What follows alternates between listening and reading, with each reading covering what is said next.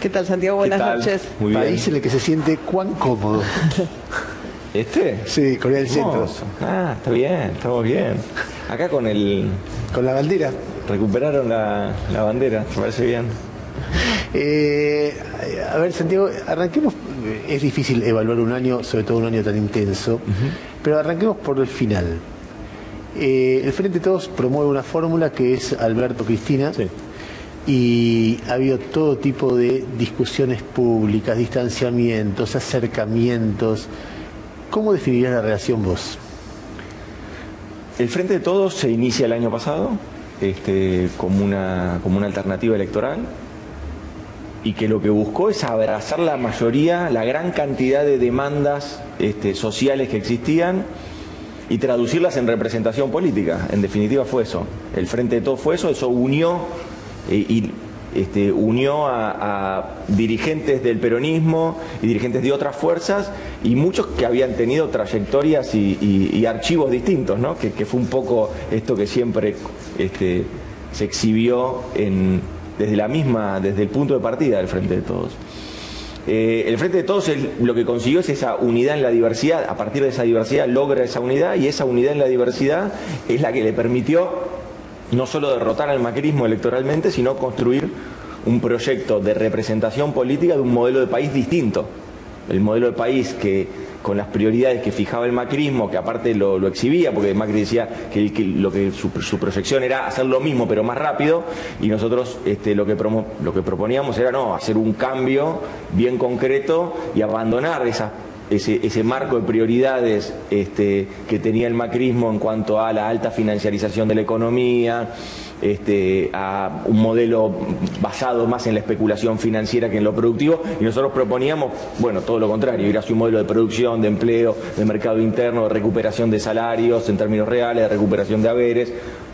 Esos eran los dos modelos en pugna, digamos, ¿no? Pero hacia adentro. El Frente de Todos, ¿qué hace? Logra esa unidad. A partir de esa unidad logra un éxito electoral, y a partir de que se logra ese éxito electoral hay una erosión permanente de parte de todos, de tratar de ver cómo, de parte de un sector dominante de medios y sobre todo también de dirigentes políticos de la oposición, que lo que buscan es obviamente erosionar esa unidad, porque ahí está el éxito del triunfo electoral.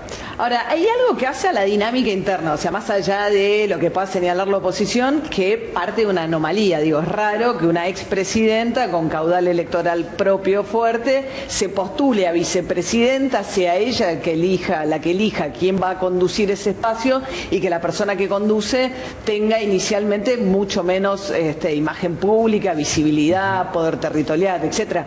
O sea, eso es una situación por lo menos atípica en la construcción Estoy totalmente de acuerdo en eso, es totalmente excepcional. La consolidación y la construcción y el punto de partida del Frente de Todos es ese, parte de cuestiones excepcionales, tan excepcionales como que había otro espacio político más vinculado al peronismo, el peronismo en ese momento, ¿no?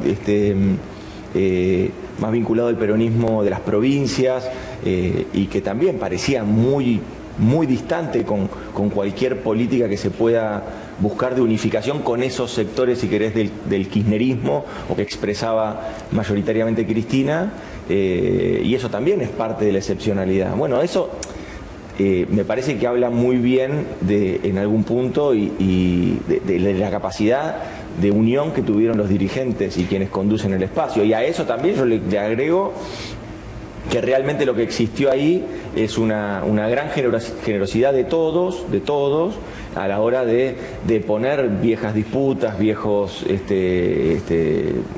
hasta incluso viejas expectativas, y decir, a ver, logremos hacer algo entre todos, y esa unidad es el triunfo, la unidad. Pero, Santiago, triunfo, nosotros estamos acostumbrados a cubrir este tipo de situaciones, ¿no? Desde la época de Menem y Duhalde, Menem Cavallo, Kirchner y Duhalde, Cristina y Moyano, Chacho y de la Rúa, es decir, distintos conflictos que hubo entre dirigentes que ocupaban un rol importante, y te juro que la dinámica es la misma. Empieza el chisporroteo y uno dice, che, hay quilombo. Y entonces desde el gobierno te dicen, quieren erosionar el proyecto gobernante, los medios, la oposición. Sí, bueno, pero yo veo quilombo. Entonces Durante un tiempo esos dos dirigentes que se pelean se separan, de repente hay un acto para mostrar que están juntos, de repente se vuelven a separar y todo va desgastando, no siempre termina volando todo por el aire, qué sé yo, entre Néstor Kirchner y Daniel Scioli no terminó volando todo por el aire, entre Cristina y Cobo sí, pero muchas veces sí. Entonces es muy lógico que uno mire y dice, ¿cómo? ¿Hace una carta sobre el año y habla del Poder Ejecutivo y no lo nombra? ¿Cómo? Dice, este gobierno es de ellos, no tengo nada que ver. ¿Cómo? No se ven nunca, hasta ayer, ¿no? Pero durante el tiempo. ¿Cómo? ¿Se hablan o no se hablan? ¿Cómo? Le está criticando la reforma judicial, la fórmula jubilatoria. Él se acerca a Rodríguez Larreta y ella lo petardea por Twitter. Entonces uno ve, él se junta con empresarios y ella avala una nota donde sale a decir, critiquemos que se reúne con empresarios. Todas esas cosas uno está acostumbrado. Puede ser que esta vez no, que sea parte del debate, del frente de todo, que natural en una coalición.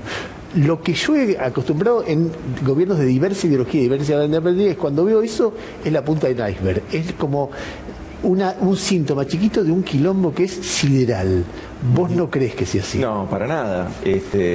O sea, decís todo lo que dijeron siempre los gobiernos. No, pero no es que... No, porque, digo, muchas veces hay contrafácticos de que eso no sucedió, de que en definitiva eso no pasó. Digamos, todas las peleas que se terminaron anticipando y que eran de gravedad institucional y que entonces eso iba a suceder, después no pasó. Pero lo digo también hasta incluso con la hora oposición. En su momento, ¿cuántas veces, bueno, Lilita Carrió, la diputada Carrió, pedía juicio político contra los mismos ministros de su gobierno, de su coalición de gobierno? Y no parecía que rompía y no rompía. Sí, hay como una... Digo, eso, a ver, ¿qué quiero decir con esto? Que por ahí hay como una mirada dominante y hay como una expectativa permanente de que haya una ruptura en el frente de todos. Lamentamos decirles que no va a pasar esa ruptura porque todos estamos entendiendo la necesidad de la unidad y que la unidad está por encima hasta incluso de opiniones distintas, de opiniones que a veces son muy distintas. ¿En el frente de todos pensamos todo lo mismo? No. Lo sabíamos del primer día, que no íbamos a pensar todo lo mismo. ¿En el frente de todos hay cicatrices de peleas? Sí, hay cicatrices de peleas. Ahora, todos sabíamos que esas cicatrices de peleas las íbamos a tener que sobrellevar porque era mucho más importante lo que podíamos lograr juntos que pasándonos factura. Ahora, más allá de la agenda judicial, que después vamos a ello más específicamente, uno puede tener la idea de que Cristina Kirchner tiene una agenda más, la que ella empuja más, la que recibe el Ejecutivo, pero para mí la gran pregunta se abrió cuando fue lo del presupuesto. El Congreso sanciona primero el presupuesto, Guzmán dice la primera vez que hay un presupuesto súper pensado, lo vamos a cumplir, etcétera, etcétera. Manda atrás la ley de la reforma de la fórmula jubilatoria, que es el factor de mayor incidencia en el presupuesto, pues es el 60% del presupuesto, y lo cambian los senadores del kirchnerismo, con Cristina Kirchner atrás. Entonces decís, epa, entonces acá hay una cosa de gestión, supuestamente habían planificado, están negociando con el Fondo Monetario en base a un déficit determinado, y aparece la modificación de la fórmula y consecuentemente mayor gasto fiscal para el año que viene. Eso es un problema de gestión, pasa a ser un problema de gestión. Mira, no, a ver... La Ley de Solidaridad Social y Reactivación Productiva, que fue, digamos, el marco estructurante del gobierno nuestro cuando iniciamos la gestión el año pasado, porque desde esa ley logramos impuestos progresivos, logramos, digamos, cierta carga de concentración tributaria sobre los sectores medios, logramos revertirla y hacer progresivamente otro tipo de carga tributaria. Eso es bien estructurante de nuestro gobierno. La Ley de Solidaridad Social y Reactivación Productiva suspende la fórmula jubilatoria de Macri. Por un año. Por un año. Ahí, por 3 meses. No, en realidad por 6 meses. Después se prorroga por producto de la pandemia, porque lo que suponíamos era que íbamos a poder convocar a una comisión bicameral para que estudie comisión bicameral más el Ejecutivo, para que estudie y proponga una nueva fórmula. ¿Por qué? Porque los jubilados con la fórmula de Macri habían perdido el 19% de su haber real. Sí, este año les tocaba ganar porque ajusta por inflación pasada, con lo cual este año... Con un sistema indexatorio que era muy complejo para sostener en términos macroeconómicos. Y que lo que había hecho es justamente concentrar aún más en las jubilaciones más altas, los que no habían perdido con la inflación eran los que estaban en las jubilaciones más altas, que son menos del 10% de las jubilaciones en Argentina, de lo que paga ese sistema. Lo que sucedió ahí fue que efectivamente se empezó a trabajar en una nueva fórmula jubilatoria se convocó a este consejo en el medio, después de la pandemia. Pensemos siempre que fue el 1 de marzo el presidente da un discurso de sesiones ordinarias, el 3 de marzo ya tenemos el primer caso de coronavirus, la agenda pública y la agenda de gobierno cambió naturalmente. Sí, claro. Eso ralentizó que esta convocatoria a la comisión bicameral más el Ejecutivo se pudieran juntar y empezar a trabajar, lo ralentizó, por eso prorrogamos por 6 meses más la suspensión de la fórmula y le dimos tiempo a esta comisión para que trabaje en una nueva fórmula. ¿Qué es esta? La fórmula es la misma. No, lo único que se modificó, trimestral o semestral, el impacto sobre las cuentas públicas no es lo mismo. Primero, el impacto es un impacto teórico y segundo es un impacto muy menor en términos fiscales. Y tercero, es una propuesta del Ejecutivo esa, que se pague, que haya 4 aumentos para los jubilados, terminó siendo una propuesta del Ejecutivo. Pero lo que habían mandado de que diciembre era cuenta de marzo estaba dentro de lo que habían mandado ustedes al Congreso y eso después se retrotrajo. Porque efectivamente lo que hubo... Al hacerlo trimestrales... Ya... No es que se retrotrae. Lo que nosotros planteamos es... había un problema de empalme. El cambio?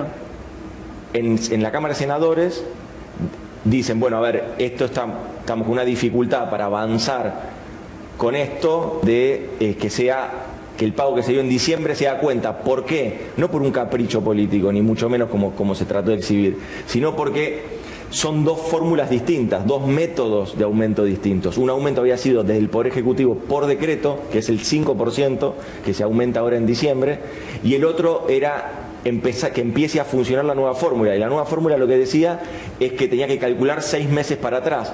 Y el Ejecutivo que decía, bueno, pero estos 3 meses ya los pagamos, ¿cómo hacemos para empalmarlo? La discusión era discusión de empalme, no fue una discusión ni de egos personales, ni de... Fue lograr hacer lo mejor para los jubilados. Y se logró hacer a partir del diálogo.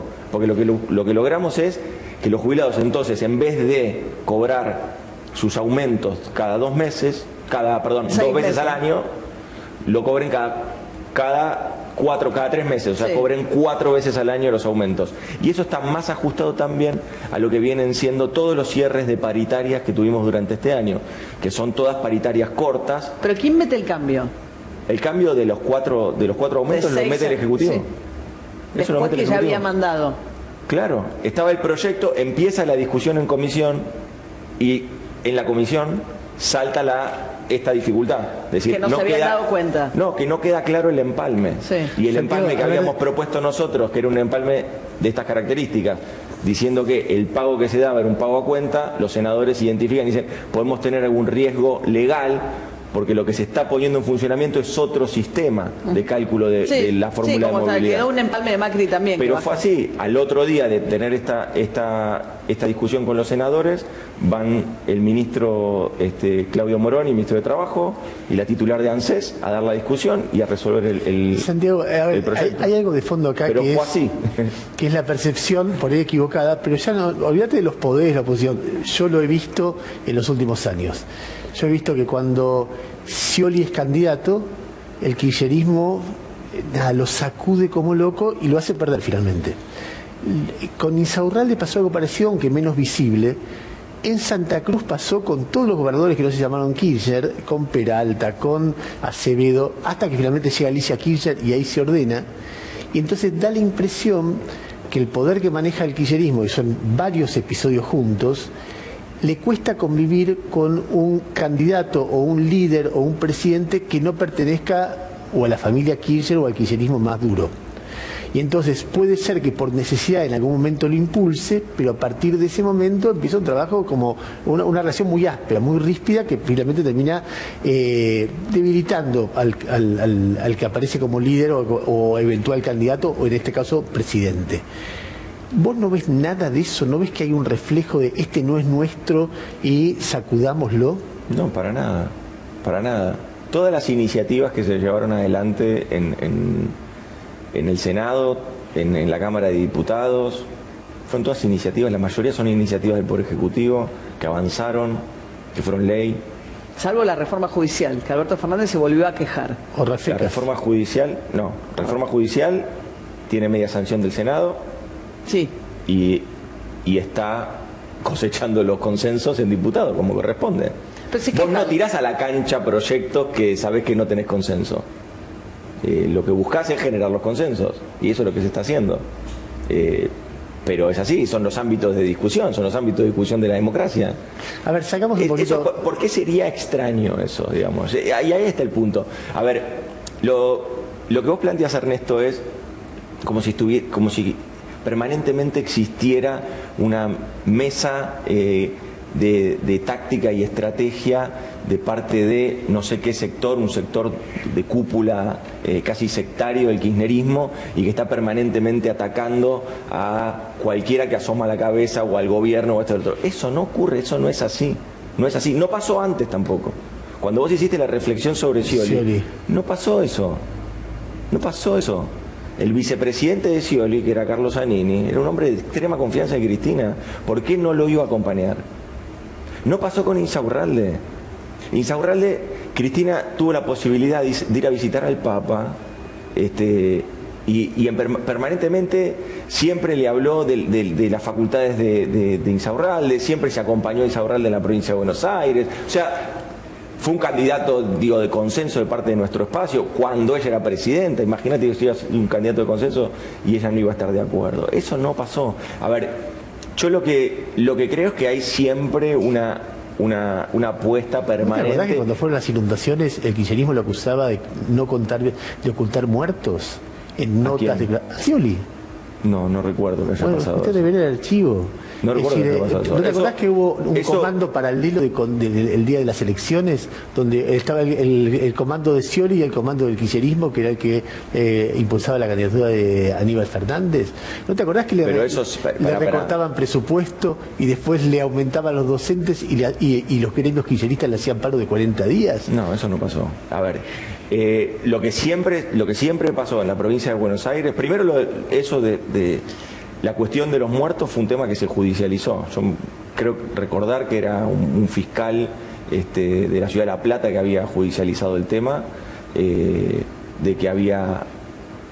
que decían que había un subregistro con el tema, en el medio de una inundación que había sido muy complicada, y lo que sucedió fue que fue una catástrofe, y en definitiva es cierto pero que no hubo una intencionalidad política sobre eso. Lo que hubo es, naturalmente, en el nivel de bolonqui que tenías con la ciudad tapada de agua, efectivamente lo que había sucedido era eso, pero no había una cuestión política. No había una cuestión política y nunca hubo una cuestión política con respecto a eso. A Daniel Scioli lo acompañaron, lo acompañó el kirchnerismo, lo acompañó el peronismo, lo acompañamos todos para que sea presidente. Perdimos con Macri, perdimos por un punto, y supuestamente quienes no somos adeptos a las instituciones, quienes no somos adeptos a la democracia, quienes no respetamos los juegos democráticos y electorales, perdimos por un punto, no pasó nada, nos dimos la mano y nos fuimos, ya está, no pasó nada. Ahora, hablemos eso un en poco otros países no pasó. Pero como Alberto, en Estados Unidos. En el norte, fíjate que a muchos, no a Corea del Centro, pero a muchos se entusiasman con eso, lo toman como modelo. Pero como Alberto Fernández maneja eso, evidentemente es una situación, le toca pandemia, un país en crisis, un gobierno de coalición, todas estas dificultades que le toca gobernar, y hay un cierto sector que se frustra, que cree que Alberto le dice que sí a todo el mundo, que al final no conduce a nadie, que no sirve de nada hablar con Alberto Fernández, porque al final del día, después un día aparece en la conferencia de prensa con Kicillof y dice, le sacamos los fondos a la Ciudad de Buenos Aires. La idea es que Alberto atiende a todo el mundo, pero que al final nunca le hace caso a nadie. Y toma sus decisiones. No tiene que hacer caso el presidente. No, bueno, pero que no sirve hablar con él. O sea, la idea del diálogo sirve en la medida en que vos logres que ese diálogo conduzca a algún acuerdo. Una cosa es que los que se sientan con Alberto piensan que por ahí lo tienen que convencer al presidente. El presidente tiene un objetivo bien claro, porque tiene una agenda bien clara y porque sabe lo que quiere para nuestro país. Y lo que sucede muchas veces es que muchos de esos sectores o muchos de esos dirigentes piensan que lo tienen que ir a convencer a Alberto, justamente porque piensan que pueden hacerlo. Alberto va a escuchar a todos y va a tomar siempre sus decisiones. Lo hizo el primer día y lo viene haciendo el primer día. Alberto ejerce un liderazgo consensual, trata permanentemente de generar consenso. Pero eso es lo que cuestiona, que no es verdad, que en realidad aquí hace cuenta que te recibe, porque después no sirve de nada esa situación. ¿Todo el tratamiento de la pandemia pensás que no fue consensual? Mirá que en el resto del mundo lo que sucedió con el tratamiento de la pandemia es que una provincia iba para un lado, otra provincia iba para el otro. Pero en eso puedo pensar que hay mucho mérito de la oposición, porque el que trazaba, nadie puso en duda el federalismo. Pero el que los convocó fue Alberto. permanentemente. El que convocó 3 veces olvídate del, si querés, de los ejecutivos, ¿no? El que convocó 3 veces a la oposición, a los presidentes de bloque de la oposición, para escucharlos, para debatir con ellos, y para contarles cómo estaba viendo la evolución de la pandemia y cómo iban a avanzar, y hasta incluso con la agenda legislativa en el medio de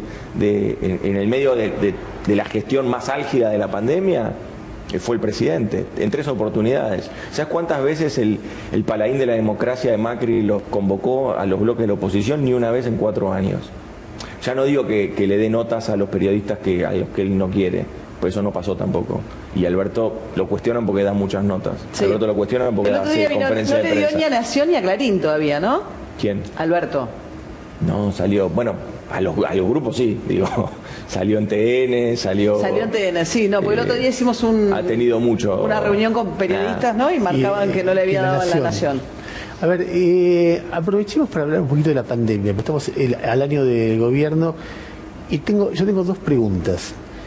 La primera es, ¿tienes idea de por qué Argentina, habiéndose cuidado y habiendo atendido a cada una de las personas que tuvieron un problema, está rankeada tan alto en la cantidad de muertos por millón de habitantes?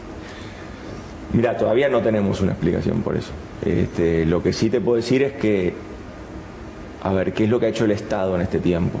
Porque en definitiva ese es quizás el testimonio de revisión de lo que hemos hecho en este tiempo. Nosotros en este tiempo, a partir del 20 de marzo, cuando se decreta el aislamiento social preventivo y obligatorio, la Argentina lo que hace es trabajar muy fuerte en fortalecer el sistema de salud, un sistema de salud que estaba totalmente deteriorado, no solo desfinanciado, sino deteriorado.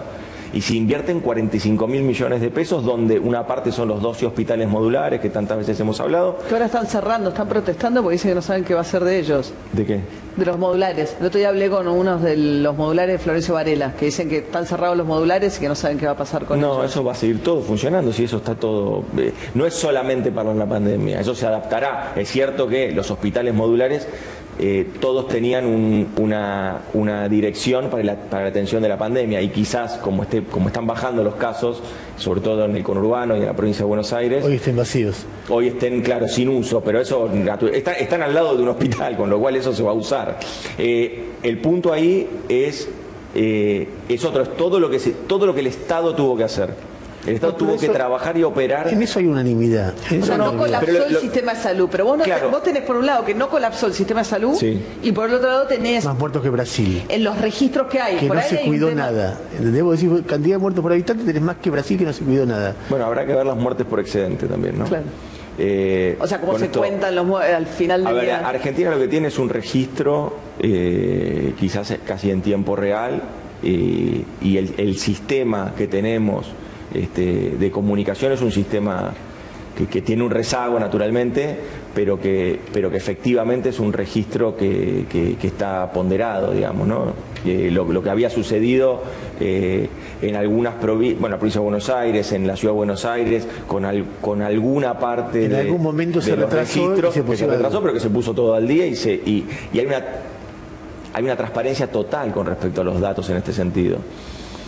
¿Qué es lo que ha sucedido? Bueno, el comportamiento del virus es distinto en cada país, y eso es así. Acá nosotros hemos tenido, como política pública, hemos podido desarrollar un Estado más presente, un Estado que fijó las bases para que ningún argentino que necesitara atención médica y la requiriera no la tenga. Logramos un sistema... fortalecer el sistema de salud, donde que si algún argentino o argentina que contraía el virus necesitaba un respirador, no le tengan que, digamos, no carezca de ese respirador, de esa atención. Me parece que ese tipo de cosas son las que uno le puede cuestionar a la decisión política o a la administración de la pandemia. Después el resto es el comportamiento del virus, y ahí todavía falta tiempo para poder hacer una evaluación en profundidad de dónde estuvimos parados y dónde estamos parados. Muchas cosas que nosotros vimos y se entusiasmaron, países incluso se entusiasmaban en anunciar que habían derrotado el coronavirus y hoy están nuevamente en aislamiento o en confinamiento. Países que se mostraban exitosos en la gestión de la pandemia, hoy están pidiendo auxilio a otros países de las regiones porque no saben, porque ya tienen su sistema de salud saturado. Y estoy hablando de países europeos, y estoy hablando de países que tienen... Paraguay, que arrancaron muy bien. Estoy hablando de países que tienen hasta incluso, bueno, obviamente el ingreso per cápita muy por encima de la Argentina o de Latinoamérica. En lo educativo no hubo un error grave ahí, no digo los primeros 2-3 meses, pero que los chicos no tuvieran clase, que se abrieran todas las escuelas, todas las actividades. Las clases tuvieron, son clases remotas. No, pero por esto, yo quiero que eso quede claro también. ¿Sabes lo que pasa? Que si no, todo el trabajo y toda la tarea que los docentes le imprimieron para poder estar a la altura de las circunstancias, queda como en la nada. Parece que fue un año sabático y eso no pasó.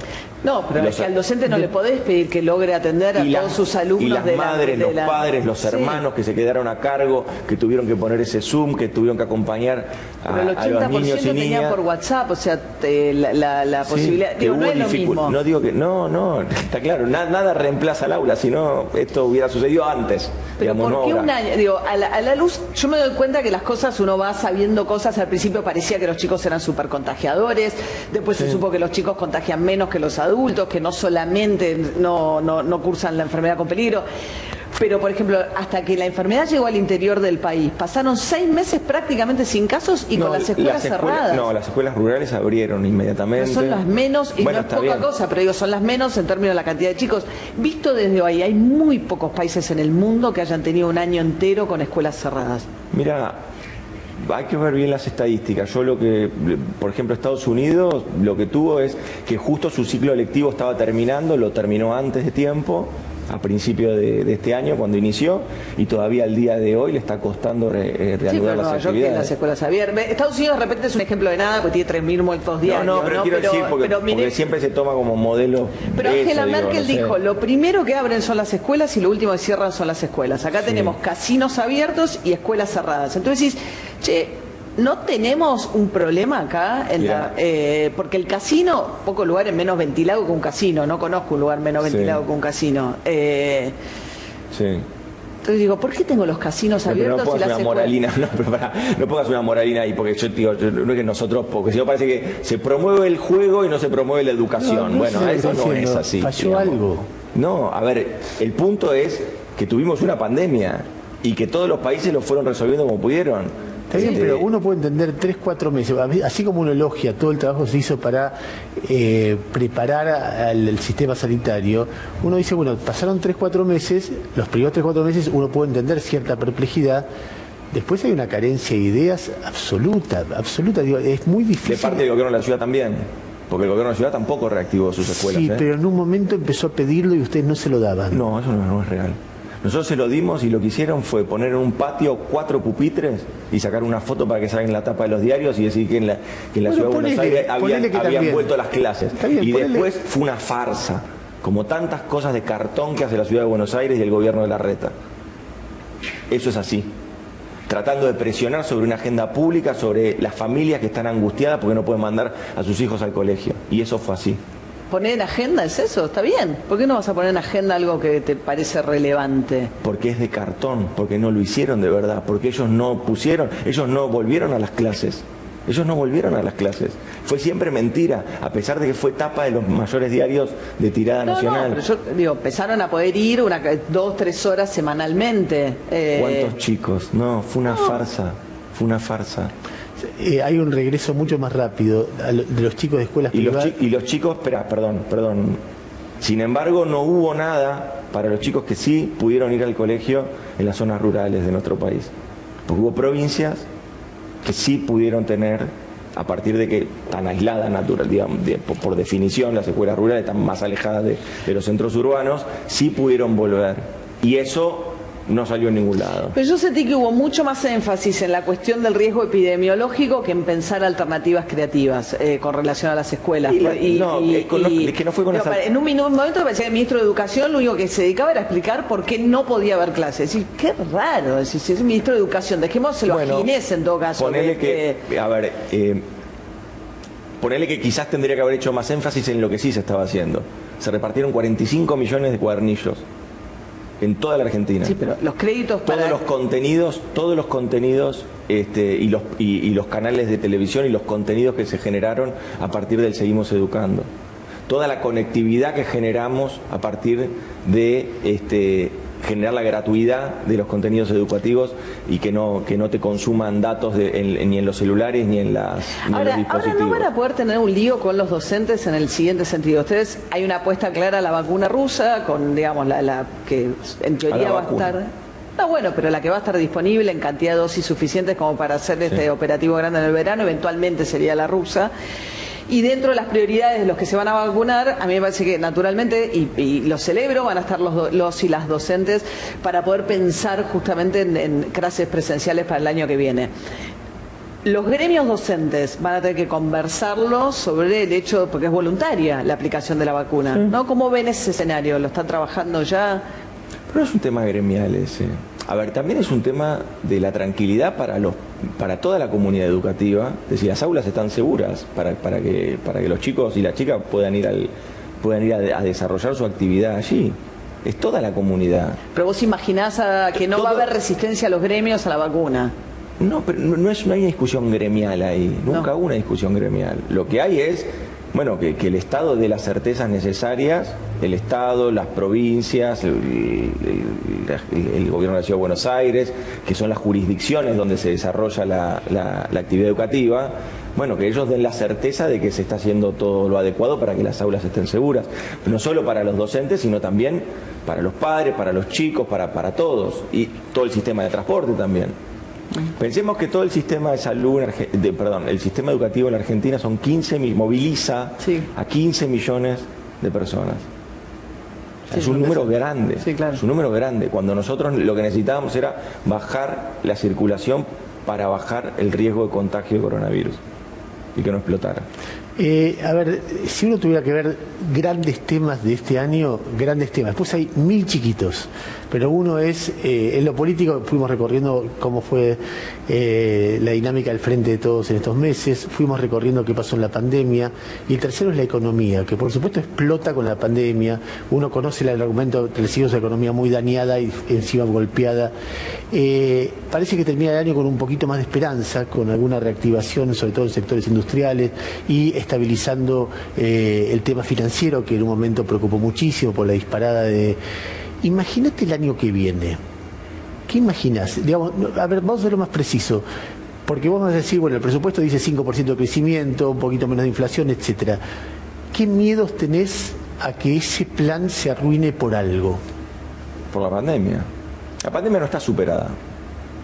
La naturalizamos, tendemos a naturalizarlo. Somos seres humanos. Yo no te voy a explicar que hay una cuestión hasta psicológica, ¿no? De esto que es la pandemia y que son la falta de certidumbre que uno tiene. Y uno trata de explicar esa falta de certidumbre de diferentes maneras, ¿no? Y eso es parte del comportamiento que tenemos todos nosotros. Y naturalizamos también. Otra de la parte es naturalizamos. La Argentina hoy tiene, el día de ayer tuvo 6.900 casos de coronavirus. No tuvo 0, tuvo 6.900 casos de coronavirus. Y sigue teniendo 200 muertes por día. O sea, la pandemia no está superada. No está superada. Y una segunda ola cuando pase el verano... Eso es... Ernesto me hacía la pregunta, ¿a qué le tenés miedo? Y sí, naturalmente. Más que la posibilidad de que no cierre el acuerdo con el Fondo Monetario. O sea, sí, no, todas esas cosas son secundarias. La Argentina ya tiene una postura, ahí hay como posiciones que tendrán que encontrar un ámbito de unión, pero la postura argentina ya quedó claro. Si negociamos como negociamos con Wall Street y con los fondos privados, vamos a negociar del mismo modo, poniendo arriba de la mesa los intereses de los argentinos. Argentina necesita crecer, es obvio que necesita crecer. Argentina es el país que más se desindustrializó del 2015 al 2019 en todo el mundo. El país que más se desindustrializó en todo el mundo entre el 2015 y el 2019 fue la Argentina. Tenemos que volver a recuperar eso. Parte de eso es cierto, hay expectativa. Ni brotes verdes ni segundo semestre. Compromiso y trabajo. y trabajo del gobierno acompañando la creatividad y el empuje del sector privado. ¿Qué pensás o qué piensa el gobierno de un personaje como Paolo Roca?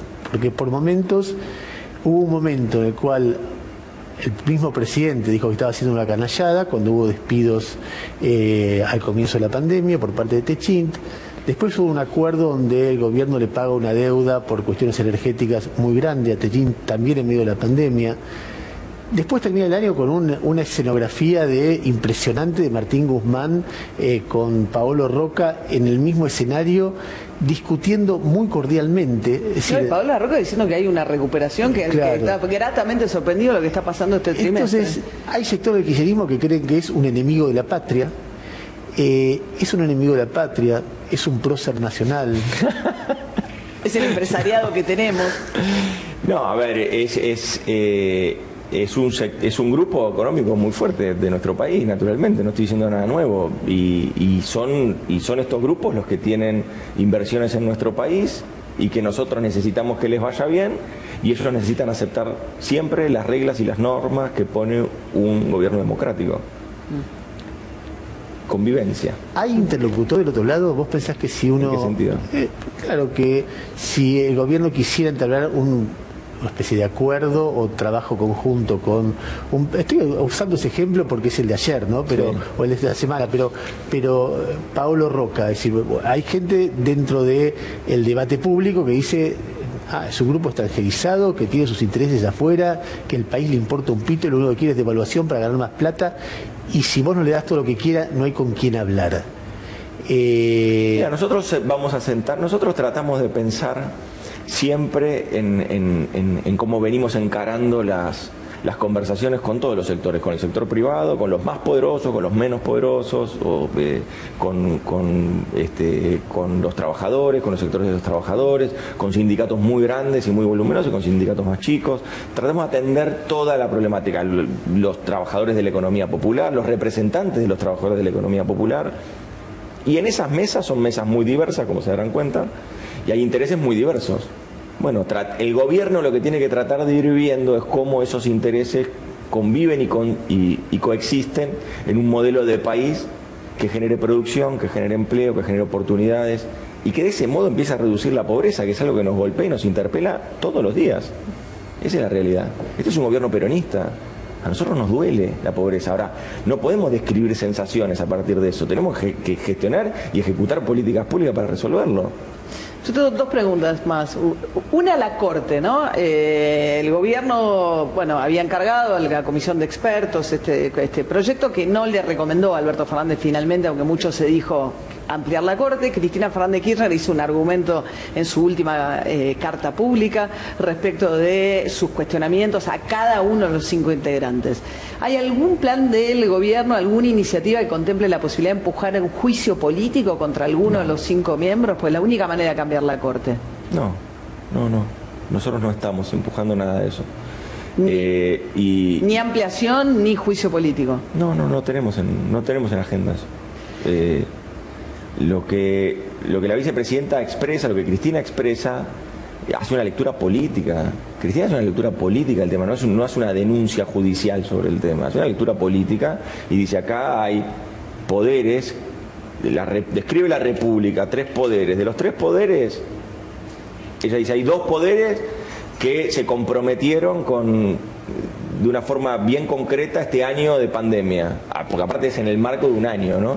Y hay otro poder que a su juicio no se comprometió. No, lo que ella dice es un poder que no surge del voto popular, lo cual es el funcionamiento propio de la República, digamos, el poder judicial. Pero fundamentalmente, María, el punto es ese, primero hace la descripción, es una descripción, no dice tienen que ser, porque hay siempre un revoleo permanente, ¿viste? Cristina dice esto, entonces van a hacer un proyecto donde entonces los jueces lo elijan por voto popular, no hay nada de eso. Lo que ella describe es, hay 2 poderes que permanentemente se están interpelando ante el voto popular y tienen que rendir cuentas permanentemente, y hay otro poder del Estado, porque no es un poder, la democracia no moderna, es un poder extraterrestre. No inventamos nada. No. Pero que dice, ese poder no se rige por la legitimidad del voto popular. No. Entonces se rige por qué legitimidad. Y acá yo agrego, se rige por la legitimidad del prestigio. Y entonces cuando la justicia pierde el prestigio, pierde legitimidad. Y eso es lo que está sucediendo hoy en Argentina. Hoy no, hace tiempo en Argentina. Lo dijo el presidente, lo dice la vicepresidenta, lo decimos nosotros como espacio político. ¿Es el Poder Ejecutivo y el Legislativo los que eligen los jueces? Digo, no es un poder que surge de la nada, es un poder que tiene un tamiz. Es un poder que no sea, como dice el presidente, es un poder que no se ha revisado nunca a sí mismo. En cambio, el legislativo, el poder político, siempre se revisa están ahí a sí porque mismo. los eligen ustedes. Los elige el legislativo, el ejecutivo elige Sí. a esos jueces. Sí. O sea, no es que salen de una burbuja. No, está bien, pero todo el sistema judicial es el que está en tela de juicio hoy. Todo el sistema judicial es el que efectivamente empieza a perder prestigio cuando actúa a partir de los vaivenes políticos o sobre todo de los humores de la opinión pública, o de una opinión pública volátil o de una opinión pública mediatizada. Eso es lo que sucede hace tiempo en Argentina, y eso es lo que en algún punto desde la denuncia política hace la vicepresidenta y hacemos nosotros desde el punto de vista práctico, porque si nosotros consideráramos que eso no tiene asidero y que la justicia funciona bien, entonces explíquenme ustedes por qué nosotros mandamos un proyecto de ley de reforma judicial, que se escribió de todo sobre ese proyecto de reforma judicial, como bien dijiste, María, de que esto iba a ampliar, no iba a ampliar, la impunidad, que eso, cualquier cosa, hasta mismo quienes estuvieron debatiendo esto, juristas como Sapsay, diciendo, bueno, no, esto no tiene nada que ver, o sea, y eso pasó, y hay archivos, como dice Tenenbaum, sobre este tipo de cosas. A pesar de todo eso, el gobierno avanzó en su reforma judicial, el gobierno avanzó el primer mes de gestión, cuando decreta la intervención por DNU de la Agencia Federal de Inteligencia, modifica el artículo 4 de la Ley Nacional de Inteligencia y desvincula al Poder Judicial del sistema de inteligencia. Y eso es parte también. Entonces vos decís, bueno, ¿qué le toca al Ejecutivo? ¿Qué hizo el Ejecutivo con esto? Bueno, el Ejecutivo trabajó sobre estos ejes, algunos ya tienen aprobación, otros se pusieron efectivamente en funcionamiento y con más inmediatez, y otros están en proceso de... Quiero hacer una pregunta elaboración. personal para cerrar. Yo también tenía una personal. Vamos con las personas. La pulserita esa que tenés ahí, Sí. ¿qué imágenes tiene? No, de todo. Vírgenes. Sí, San Cayetano. Ah, son imágenes religiosas. Religiosas. Sí. No, pensé que por ahí era Perón, Evita, Cristina, Néstor. No es católico. No estaría mal, estás por ahí dando una idea que puede ser bastante redituable desde el punto de Mirá, vista o sea, de las artesanías. Sos muy religioso. Es decir, es algo que te importa mucho en tu vida. Sí. Sí. De rezar, de confesarte, todo. Misa. O sea, es un- Sí, bueno, ahora más difícil, pero sí. Y al mismo tiempo a favor de la legalización del aborto. Sí. Notable. Y antes de ser funcionario. Sí, me consta. Yo la última pregunta es, ¿qué aprendiste en un año? Porque te tocó, digamos, no venías con tanta experiencia, habías tenido una librería, mucha militancia barrial, de una familia obviamente con mucho vínculo político, pero muy joven te encontraste en un cargo donde coordinas gabinete, gente con muchos años, mucho peso político. ¿Qué aprendiste en este año? No, aprendí que uno tiene que continuar con sus convicciones, con las primeras convicciones con las que abrazó lo público, con las que abrazó la política, la militancia, y eso es lo más importante. Después el resto, yo tuve la posibilidad de formarme y eso también se aplica, pero desde el aprendizaje político es un montón, obviamente, todo lo que ha pasado este año, y el rol que ocupa la jefatura de gabinete en la administración de la pandemia. Hay que leer un poco más, a veces digo yo, hay que leer un poco más el boletín oficial y los decretos y las leyes para darse cuenta cuál es la tarea que tiene la jefatura de gabinete, porque a veces queda como medio desdibujado, a pesar de que este año se cumplen 25 años De la creación. del jefe de gabinete. Figura que está en la Constitución del 94. Claro. ¿Y estaba tu papá? ¿Fue convencional, no? Sí, mi papá y mi abuelo, los dos. Ah, sí, claro. Santiago, muchas gracias. Gracias a ustedes. Santiago Gracias. Cafiero, jefe de Gabinete de la Nación.